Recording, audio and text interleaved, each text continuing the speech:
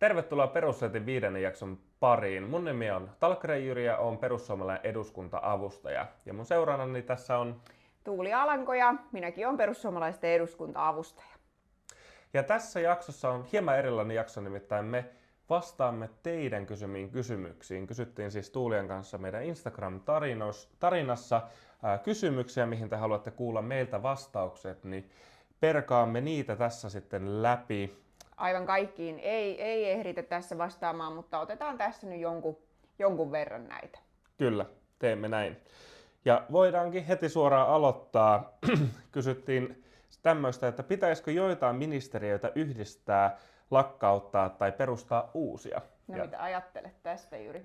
No mun mielestä esimerkiksi ympäristöministeriön pitäisi sulauttaa tuonne maa- ja metsätalousministeriöön, että kun on katsonut minkälaista virkavalmistelua siellä on, niin ehkä enemmän pitäisi mennä tämmöinen niin kilpailukyky edellä vaikka näissä metsäasioissa ja sitten tämmöinen realismi tulla takaisin siihen, että vaikka näissä eri ilmastohommissa liittyen vaikka meidän metsän hiilinieluihin ja maaperäpäästöihin ja tämmöisiin, niin mä uskon, että parempi ymmärrys ja osaaminen Suomen ja myös se ilmaston kannalta tulisi, jos ympäristöministeriö sulautettaisiin maa- ja metsätalousministeriöön. Kyllä, mä oon siis tästä ihan täysin samaa mieltä. Mietin just, että onko jotakin muita ministeriöitä vielä. Tämä on aika selkeä, aika moni perussuomalainen on varmaan samaa mieltä tästä, mutta ei tule äkkiseltään ehkä mieleen nyt mitään toista.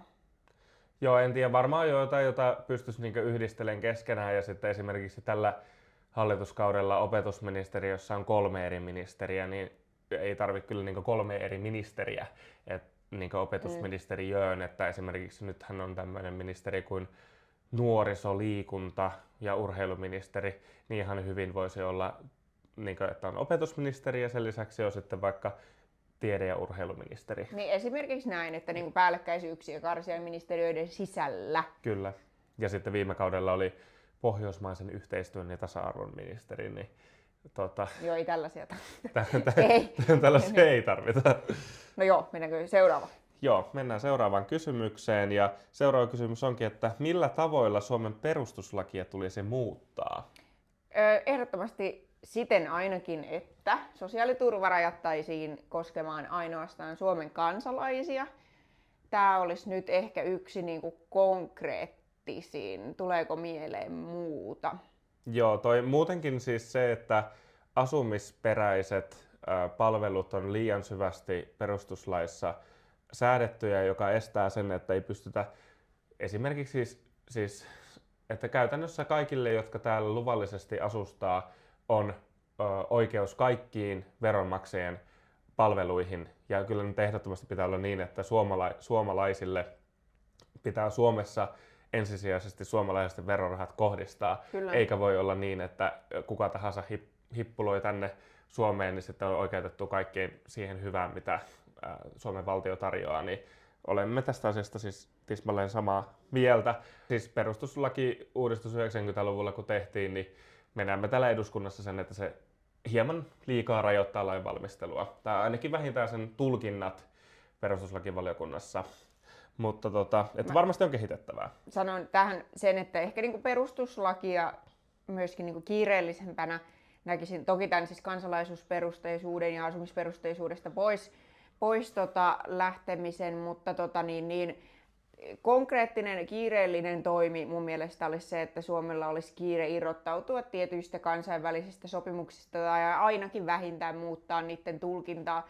Että esimerkiksi Geneven pakolaissopimusta ei ole sen tarkoitus ei ole se, että ihmiset vaan rajattomasti liikkuu elintason perässä ja se ei myöskään velvoita maita ottamaan pakolaisia vastaan ja näin, mutta silti Suomi tulkitsee kaikkia kansainvälisiä sopimuksia hyvin tiukasti ja on kyllä sitä mieltä, että jos sitten todella on sellainen tilanne, että kansainväliset sopimukset estää meidän kansallisen edun täytäntöönpanon ja valvonnan ja toteutumisen, niin sitten niistä sopimuksista pitää irrottautua. Juuri näin, ja sen vuoksi tällä hallituskaudella muun muassa Ottawan sopimuksesta irtauduttiin, joka siis kielsi jalkaväkimiinojen käytön ja valmistuksen, ja säilymisen, niin nyt se on sitten siitä on irtauduttu ja saatu meidän puolustuskykyä vahvistettua, joka on oikein erinomainen asia. Ja silti muun muassa juuri vihreät teki ilmoituksen, että pitäisi liittyä siihen minnekieltosopimukseen uudelleen. Eli ihan käsittämätöntä politiikkaa, en sitä ymmärrä. Mutta mennäänpä seuraavaan kysymykseen. Eli mikä on mielipiteesi siitä, että ulkomaalaiset voivat saada takuueläkettä Suomessa? Ja tässä on siis semmoinen tausta, että jo 3 vuoden asumisen jälkeen ulkomaalaiset ovat oikeutettua Suomessa niin takuueläkkeeseen. Eli jos sä tulet vaikka 60-vuotiaana tai niin 63-vuotiaana, voit saada siis täyden takuueläkkeen, joka on noin 1 000 euroa kuussa. Ja ilman, että olet tehnyt mitään tälle maalle, mutta mitä olemme siitä mieltä? Kerropa Tuulia. No mä pidän tätä siis aivan järjettömänä ja suorastaan loukkauksena niitä ihmisiä kohtaan, jotka on tehnyt Suomessa pitkän työuran, mutta työskennellyt ehkäpä matalapalkka-aloilla. Ja he saa käytännössä sen pitkän työuran jälkeen siis saman suuruisen eläkkeen kuin ihmisen, joka on muutaman vuoden käytännössä ilman minkäänlaista työuraa niin norkoillut täällä Suomessa. Ei tämän siis näin pidä todellakaan mennä, että kyllä tässä pitäisi olla huomattavasti, jos ei päästä nyt ihan siihen, mitä itse toivoisin, niin vähintäänkin pitäisi sitä asumisaikaedellytystä pidentää huomattavasti.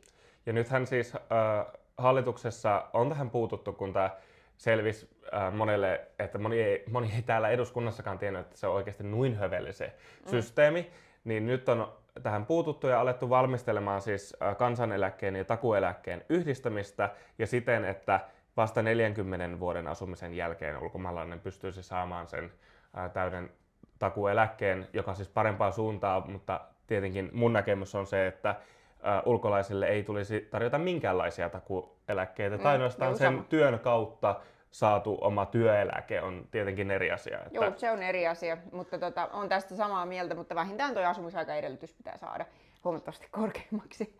Kyllä. 40 alkaa kuulostaa oikeasuuntaiselta. Joo, se on, siinä kohtaa on kerännyt jo täällä muutaman vuoden olla ja toivottavasti myös töitäkin tehdä. Siirrytäänpä eteenpäin ja kysymys on sitten vähän tämmöinen enemmän henkilökohtainen kuin poliittinen, mutta jos pitäisi muuttaa pois Suomesta, niin mihin muuttaisit ja miksi? Puolaan. Puola? No itse asiassa todella hyvä vastaus, joo. Joo, siellä ei ole ainakaan tämmöisiä monikulttuurisuuden tuomia ongelmia. Ei, joten siis muuttaisin sinne ja siellä on vielä niin kuin semmoinen kansallismielinen meininki, niin muuttaisin sinne. Mutta tietysti vastaan tähän pakko vastata pidemmin sen verran, että aina välillä näkee sellaisia kommentteja, että joo, että koska Suomen tilanne on tää, niin harkitsen muuttoa Suomesta, niin mä kuitenkin koen, että mä oon velkaa myöskin tälle maalle sen, että mä en täältä lähde mihinkään, vaan mä pyrin muuttamaan tätä suuntaa. Et mä en kyllä näe sellaista skenaariota, että mä lähtisin täältä. Joo, itsekin haluan omalta osaltani tehdä kaikkeni sen eteen, että tämä Suomi ei rapatoisi samalla tavalla, mitä näemme monessa muussa Euroopassa, jossa Suomessakin on tämä kulkusuunta, niin sitä haluan olla pysäyttämässä ja kääntämässä sitä suuntaa tämmöiseen tervejärkisempään ja kansallista itsetuntoa ja Suomea kohottavampaan suuntaan. Mutta mä vastaan sen lisäksi, Puola on hyvä vastaus ja voisin vastata myös sen itse, mutta mä oon itse siis asunut Lapissa ja pidän siis Lapista tosi paljon ja olen käynyt Pohjois-Norjassa, niin ehkä sinne voisin muuttaa, jos pitäisi jonnekin, nyt aseella uhaten, että mihin muutat Suomesta ja nyt pitäisi muuttaa, niin Pohjois-Norjaa voisin muuttaa kyllä. Joo. Siellä mieli ja sielu lepää kyllä. Jep. Mennäänpä sitten eteenpäin seuraavaan kysymykseen. Pieni hetki.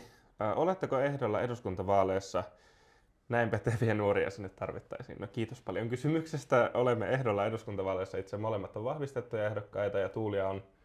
Mä oon Vaasan vaalipiiristä ehdolla. Kyllä. Ja itse olen Uudeltamaalta. Asun Nurmijärvellä ja sitten Tuulia asuu Seinäjoella. Kyllä. Ja pyrimme tietenkin sitä, että kun nyt olemme kansanedustajien avustajia, niin jätetään sitten seuraavien vaalien jälkeen se avustajatitteli sitä lopusta pois. Eikös näin? Kyllä. Kyllä. Sitten No Tuulialle oli tullut, että miten jaksat tämän kaiken. Itse asiassa hyvin, koska mä luulen, että se näyttäytyy ehkä niinku kurjempana tämä kaikki kuin mitä se oikeasti on. Että totta kai alkuun varsinkin oli semmoista totuttelemista siihen kaikkeen niinku ryönään, mitä tulee ja näin, mutta niinku sitten tässä on niin hyvä se puoluetovereiden tuki ja kaikkea, että ei sitä jotenkin jää niinku märehtimään ja jos tulisikin, että joutuu vähänkin myrskyn silmään, niin sitä tukea on aina niin paljon saatavilla, että mä en itse asiassa koe tätä niin raskaaksi kuin mitä moni varmaan luulee, että tämä on. Toki tämä on aikaa vievää ja semmoista, että pakko suunnitella arkea aika tarkkaan, varsinkin kun on pieniä tenavia ja kaikkea, mutta en mä sitä niin kuin näe sitten kumminkaan ehkä niin raskaana. Ja sitten vastaisin siihen sen, että sitten välillä, kun on totta kai missä työssä ja muuten elämässä, niin kaikissahan on omia huonoja puolia ja vaikeita hetkiä, mutta sitten läheiset on siihen aika hyvä semmoinen keino myöskin ja se, että on jotain muuta tekemistä vastapainoa. Ja mulla kyllä sitä niin kuin löytyy niin ihan hyvin ja omat lapset pitää kiireisenä. Kyllä.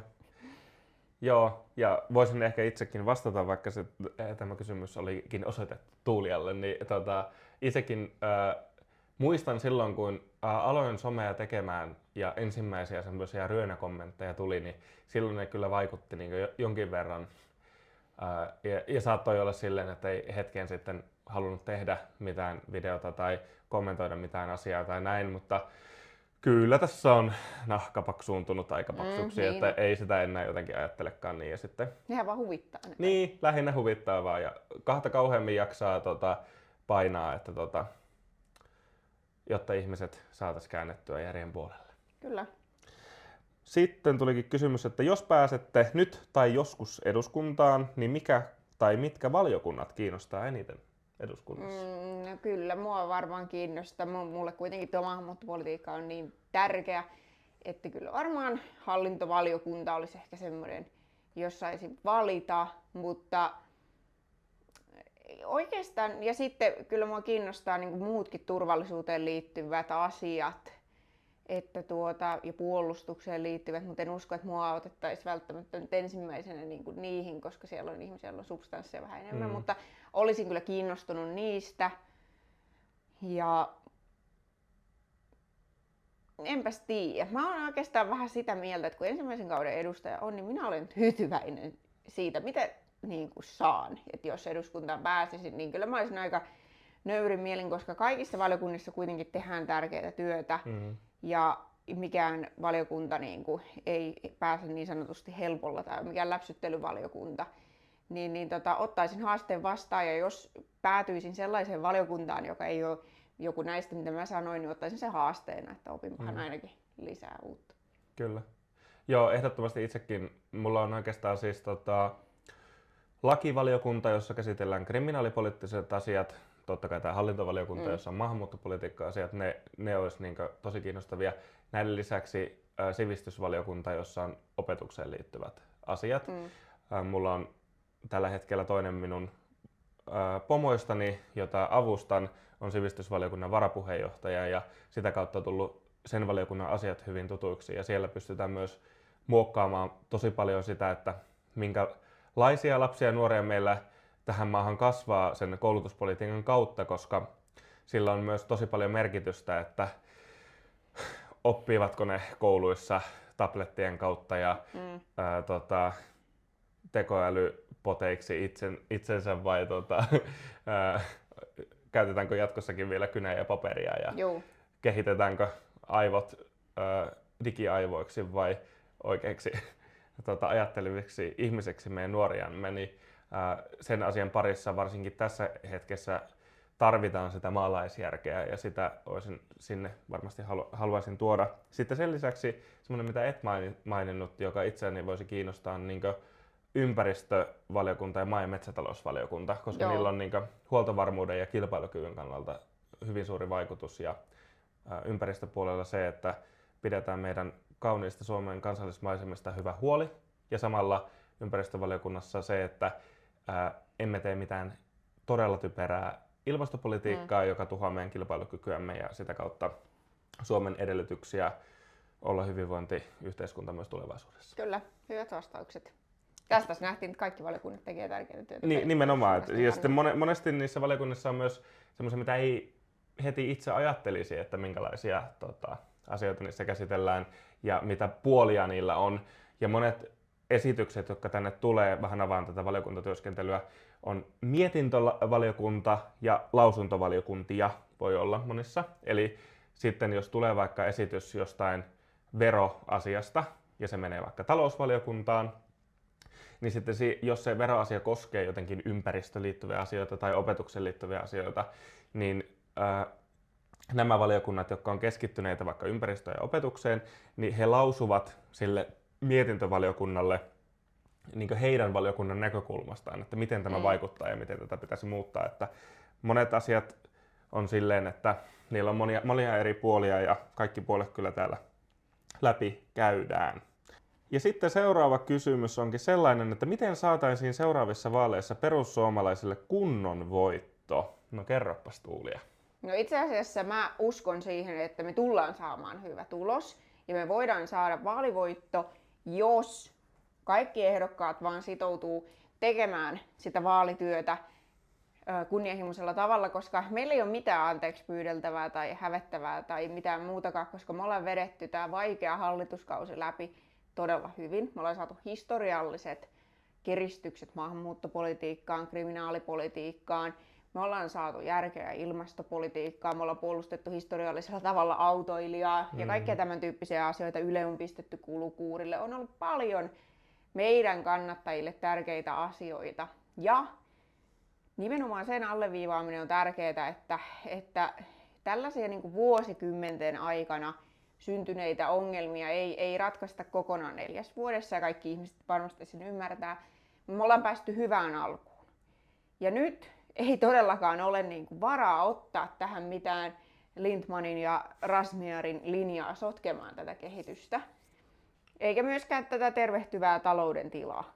Kyllä. Joten niin kuin, mä uskon siihen, että me tullaan saamaan todella hyvä tulos sillä, kun me ollaan vaan uskollisia tälle, mitä me ollaan nyt tehty. Että en usko, että me edes ollaan niin kuin huonossa asemassa. Ensinnäkin pakko nostaa esiin nämä viime päivien uutiset esimerkiksi näistä STEA-avustuksista ja muusta, niin uskon myös siihen, että muut alkaa näkemään, että PS ei ole minkään eturyhmän ohjauksessa, vaan suomalaisen veronmaksajan asialla ja että muut puolueet, vanhat puolueet on ikään kuin betonoinut esimerkiksi näihin järjestöihin niin kaiken näköisiä omia ystäviä ja entisiä poliitikkoja ja järjestelmä on ollut mätä vuosikymmenten ajan, mutta se on sopinut kaikille, koska kaikki on vuoroin hyötynyt siitä.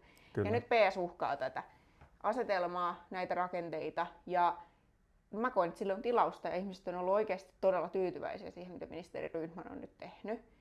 Yrittänyt saada hallituksessa myöskin valtavirta-ajatteluksi.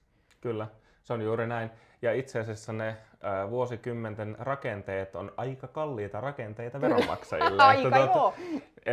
Ja nyt niitä nimenomaan puretaan ja hallinnosta on säästetty ja myös tämmöisestä rälssistä, ja jossa on mennyt monen ihmisen suojapaikakki ja se saa sitten vanhat puolueet jaloilleen. Kyllä. Ja sitten voisin ehkä tuohon lisätä, että pikemminkin niin, että meidän pitää ja ihmisten pitää myös ymmärtää se, että jos haluaa enemmän perussuomalaista politiikkaa, niin ei suinkaan pidä protestina olla äänestämättä perussuomalaisia, vaan nimenomaan koittaa saada entistä enemmän ääniä perussuomalaisille, jotta tämmöinen suomalaisuusmielisyys ja vaikka verojen käytössä se, että kotimaahan menee suomalaisten rahat, niin jotta näitä asioita saadaan edistettyä, niin se tarkoittaa sitä, että perussuomalaisilla pitää olla kovempi kannatus. Kyllä. Ja tämä asia, kun saadaan ihmisten ymmärryksiin, esimerkiksi se, että me maksamme edelleen miljardi kehitysapua, vaikka olemme siitä historiallisesti leikanneet, niin edelleen sitä maksetaan ja paljon maksetaankin, jos se leikattaisiin vaikka silleen, että sitä maksettaisiin vain 200 miljoonaa euroa vuodessa, niin seuraavan vaalikauden aikana siitä voitaisiin säästää yli 3 miljardia. Ja jos kokonaisleikkaustarve on noin 10 miljardia seuraavalle hallituskaudelle, niin jos 3 miljardia saadaan leikattua pelkästään sillä, että kehitysapua otetaan 800 miljoonaa vuodessa pois, reilu 3 miljardia. Niin miettikää, mikä summa 800 miljoonaa on sitten vaikka koulutuksesta tai sotesta tai jostain muusta tämmöisestä niin oikeasti tärkeästä asiasta. Kyllä. Niin me perussuomalaiset on tässäkin asiassa tavallaan ainoa vaihtoehto sille joko demareiden veronkorotuslinjoille tai sitten tämmöisille, sanotaan, oikeistopuolueiden leikataan lisää suomalaisten sosiaaliturvaa linjalle. Kyllä. Eli kyllä perussuomalaiset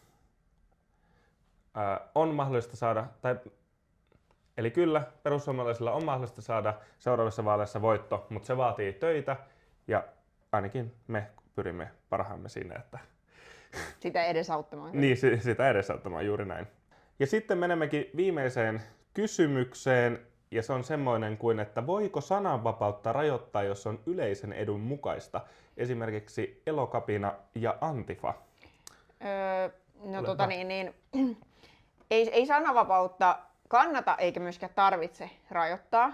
Ensinnäkin, jos ajatellaan siis ylipäätään minkälaisia esimerkkejä meillä on sananvapauden rajoittamisesta, että mihin se lopulta johtaa, niin paljon käytetään esimerkkinä tätä taidetaan kutsua oikeuksikin Weimarin syndroomaksi. Eli siis Weimarin tasavalta, niin siellähän oli hyvin niin kuin kireät tämmöiset sananvapauslait ja kokoontumislait ja kaikki mahdolliset ihmisten puhevapautta rajoitettiin hyvin voimakkaasti ja silti Natsi-Saksa jotenkin vain tapahtui. Eli tämä on osoitus myöskin siitä, että ei se lainsäädäntö, jolla rajoitetaan puhetta, niin se ei jotenkin kitke sitä tavallaan, mitä ihmiset kokevat ja ajattelevat, vaan sitten se saa eri muotoja purkautua. Joten kyllä mä ajattelen, että pitää olla oikeus puhua, mutta se toiminta, kun esimerkiksi Elokapina rikkoo systemaattisesti lakia, niin se on sitten eri asia. Se on aivan eri asia. Kyllä. Että se toiminta voidaan katsoa lainvastaiseksi, kun he tuolla makoilevat Mannerheimin tiellä. Eikä tottele poliisin käskyä, poistumiskäskyä. Niin se on se, mihin pitää puuttua. Ei se, että puhutaan jotakin tuolla, että he puhuvat ja muutoin noudattavat lakia, niin ei se puhe ole ongelma, mutta tuo toiminta on. Ja sitten taas se, että noin niin kuin yleisesti katsoen, niin kyllä mä ajattelen, että siellä on varmaan taustalla hyvin paljon myöskin sellaisia tahoja, joita olisi vähän niin kuin ihan tarkoituksenmukaista myöskin syynätä läpitte, mutta siis mä olisin valmis kieltämään Elokapinan sinänsä niin kuin terroristijärjestön tavoin, koska onhan pohjoismainen vastarintaliikekin esimerkiksi kielletty, koska eivät noudattaneet lakia. Ja Elokapinan toiminta perustuu rikolliselle toiminnalle, niin kuin pohjoismaisen vastarintaliikkeenkin, niin mä olisin valmis kieltämään sen kyllä. Joo, itsekin ajattelen niin, että sananvapaus on niin todella tärkeä perusarvo, jonka pohjalle ainoastaan demokratia voi rakentua, että sitten se on demokratiankin kannalta ongelmallista, jos sananvapautta aletaan rajoittaa, mutta totta kai siis, jos se toiminta perustuu rikolliseen toimintaan, kuten se vaikka Elokapinan osalta perustuu, niin se on sitten eri asia. Siis eihän se heidän sanomansa tai muu ole semmoinen, jota pitäisi kieltää, vaan nimenomaan se, että jos he rikkovat systemaattisesti lakia, esimerkiksi se, että täällä on eduskuntatalon pylväät maalattu punaisella maalilla ja siitä muuten aikamoinen lasku tuli myös veronmaksajille. Sen lisäksi justis tämmöistä systemaattista eri poliisin käskyjen noudattamatta jättämistä ja muuta vastaavaa. Eli tämmöinen toimintahan ei missään nimessä ole hyväksyttävää, mutta tällä ei sitten taas ole sen sananvapauden kanssa mitään tekemistä. Eli pikemminkin niin päin, että Suomessa on itse asiassa aika ylikireät nämä sananvapauslainsäädäntö, että pitäisi mennä enemmänkin toiseen suuntaan. Että kiihottaminen kansanryhmää vastaan pykälä on hyvin monitulkintainen ja moni ihminen, joka on tästä syytteessä ollut, niin ei ole itse vaikka tätä tekstiä kirjoittaessaan niin voinut millään tavalla kuvitella, että tämä teksti on rikollinen tai laiton. Niin kyllä sekin on niin tälle oikeusvaltion näkökulmasta hieman ongelmallista, että ihminen lakia rikkoessaan ei edes tiedä rikkoneensa lakia. Viittaan esimerkiksi vaikka Päivi Räsäsen tapaukseen. Joo, ja siis kannattaa kuunnella, oli muistaakseni puheenaiheen podissa, oli tämä Päivi Räsäsen siis asianajaja haastateltavana, pitkä haastattelu ja kuuntelin sen läpi. Ja tässä tuli hänenkin haastattelussa just nämä näkökohdat Ja itse on sitä mieltä, että koska kiihottamispykälä on ongelmallinen, niin siitä pitäisi luopua kokonaan. Kyllä. Ja koska ja tämähän johtaa siis vaan niin kuin itse sensuuriin. Ja mä ajattelen, että myöskin perussuomalaisesta näkökulmasta me ollaan oltu tämän sananvapauden rajoittamisyritysten kohteena vuosikaudet. Ja mä en halua nähdä sellaista älyllistä kuperkeikkaa, että me yhtäkkiä oikeutettaisiin se silloin, kun kysymys on mielipiteistä, joita me ei jaata. Kyllä. Joten sen takia niin kuin ehdottomasti, että minä, kuten sinäkin varmasti, puolustetaan kaikkien ihmisten oikeutta puhua, myös heidän, joiden mielipiteet on meidän mielestä ihan huuhaata. Juuri näin. Ja sitten sanon vielä sen, että meillä on tämä uskonnon vapaus suhteen, onko se nyt uskon rauhan rikkomispykälä tai muu vastaava, niin roskiin ehdottomasti, ja ainakaan minua ei saa islamin haasteista hiljaiseksi sillä, että siitä voisi jopa tuomita lain kautta, joka on minusta ihan järjetöntä, että jos totuuksia jostain uskonnosta kertoo, esimerkiksi vaikka se, että sen uskonnon tärkein profeetta oli pedari, niin kyllä mun mielestä sen asian sanominen ääneen on, tai pitää olla Suomessa laillista, ja jos se ei ole laillista, niin sitten se ongelma on lainsäädännössä. Ja tämä on siis täysin käsittämätöntä, kun sitten aina kaikki tulee kommenttikenttiin silleen, niin mutta on sananvapaus, niin siihen kuuluu myös sanan vastuu. Ei toi sanan vastuu, siis toi on niinku terminä aivan täydellisen typerä, koska ei pidä joutua sanan vastuuseen siitä, että sä esität esimerkiksi poliittisia näkemyksiä, että en tiedä, olisiko tämän jakson kommenttikenttään tullut, mutta minun henkilökohtaisin someihin aina tulee, kun mä tästä puhun, että niin, mutta kyllä sinulla on sananvapaus, mutta sinulla on sananvastuu. Ei ole silloin sananvapautta, jos joudut siitä sanan vastuuseen. Joten tämä on niinku aivan siis argumenttina ihan... Kyllä. Joo, juuri näin. Siis ehdottomasti juuri näin. Mutta kiitos, kun katsoit tämän Perussetin 5. jakson. Kommentoi, mitä olit mieltä. Laita tili seurantaan ja näemme seuraavassa jaksossa. Kyllä, moi moi! Moikka!